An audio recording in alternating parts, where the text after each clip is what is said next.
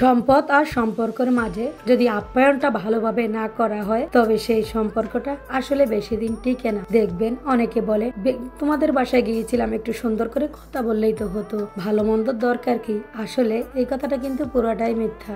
কারণ আপনি আমার বাসায় গেছেন, যদি আমি ভালো করে আপ্যায়নটাই করতে না পারি তবে অবশ্যই বদনাম করবেন। আর ওটা তো কথার কথা যে ভালো ব্যবহার করলেই হতো, এত ভালো আপ্যায়ন করার দরকার নাই, তাই না বন্ধুরা? হ্যালো বন্ধুগণ, আসসালামু আলাইকুম। সবাই কেমন আছেন? আশা করছি সবাই অনেক বেশি ভালো আছেন। আজকের ব্লগটা নিয়ে আসলাম আমি ছুটির দিনে কি করি বাসায়। তো বাসায় আমার আত্মীয় স্বজন যারা যারা আছেন, পাড়া প্রতিবেশী যারা আছেন, তারা বলে থাকেন যে লাকি আপু আসলে একটা দিন বন্ধ পায়, তারপরও ঘর থেকে বাইর হয় না, তার মুখখানা আমরা দেখতে পাই না। অনেকের অনেক কথা থাকে। আসলে সারাদিন কাজের মাঝে নিজেকেই ব্যস্ত রাখি, তো কি করে আমি বাহিরে ঘুরতে যাব? দেখেন না, সকালবেলা থেকে শুরু করলাম, আমার ভাই ভাবি আসবে, সেখানে আমার ভাসুরও আসবে। তাদের জন্য যদি একটু ভালো মন্দ আপ্যায়ন না করি, রান্না বাড়া না করি, তাহলে কি হবে বলেন তো?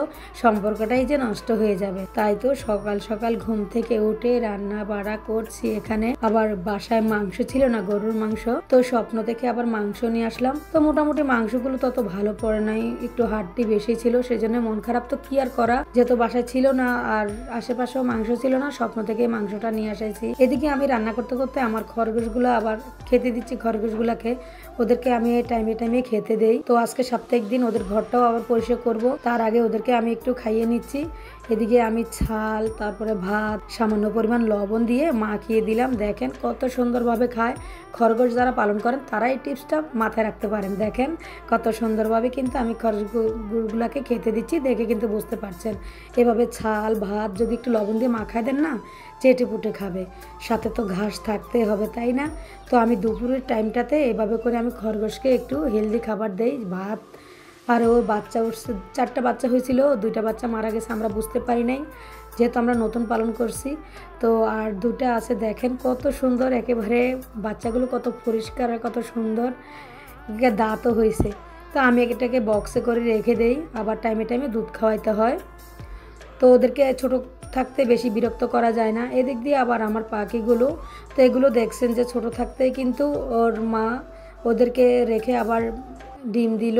তো ওর ডিমগুলো আবার একটা বাচ্চা দিয়েছে, আরগুলো বাচ্চা ফুটবে। আর ওই আগের বাচ্চাগুলো দেখেন সবগুলো কিন্তু আমার কাছে থাকে। এতে উড়তে পারে কিন্তু উড়ে যায় না, একেবারে আমার গায়ে থাকে।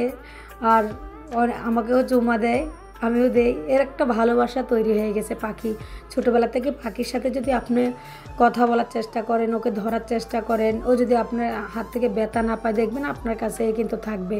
আর বাহিরের ওয়েদারটা অনেক সুন্দর, দেখেন কত সুন্দর রোদ উঠছে, তাই না? এদিক দিয়ে আমি স্বপ্ন থেকে সে মাংসটা নিয়ে আসছে, সেটা রান্না করলাম। এদিকে মুরগির মাংস রান্না করলাম, পোলাও ভাতও রান্না করেছি, এদিক দিয়ে রান্না করেছি, আবার মাছ ভুনা করেছি, আরও বহু রান্না বাকি আছে। তো এই তো সারাদিন এভাবেই ব্যস্ত থাকি। আজকের ব্লগটা কেমন লেগেছে সবাই কমেন্ট করতে ভুলবেন না। ভিডিওটা সবার মাঝে শেয়ার করবেন আর একটু লাইক করে দিবেন। সবাই ভালো থাকবেন। আল্লাহ হাফেজ।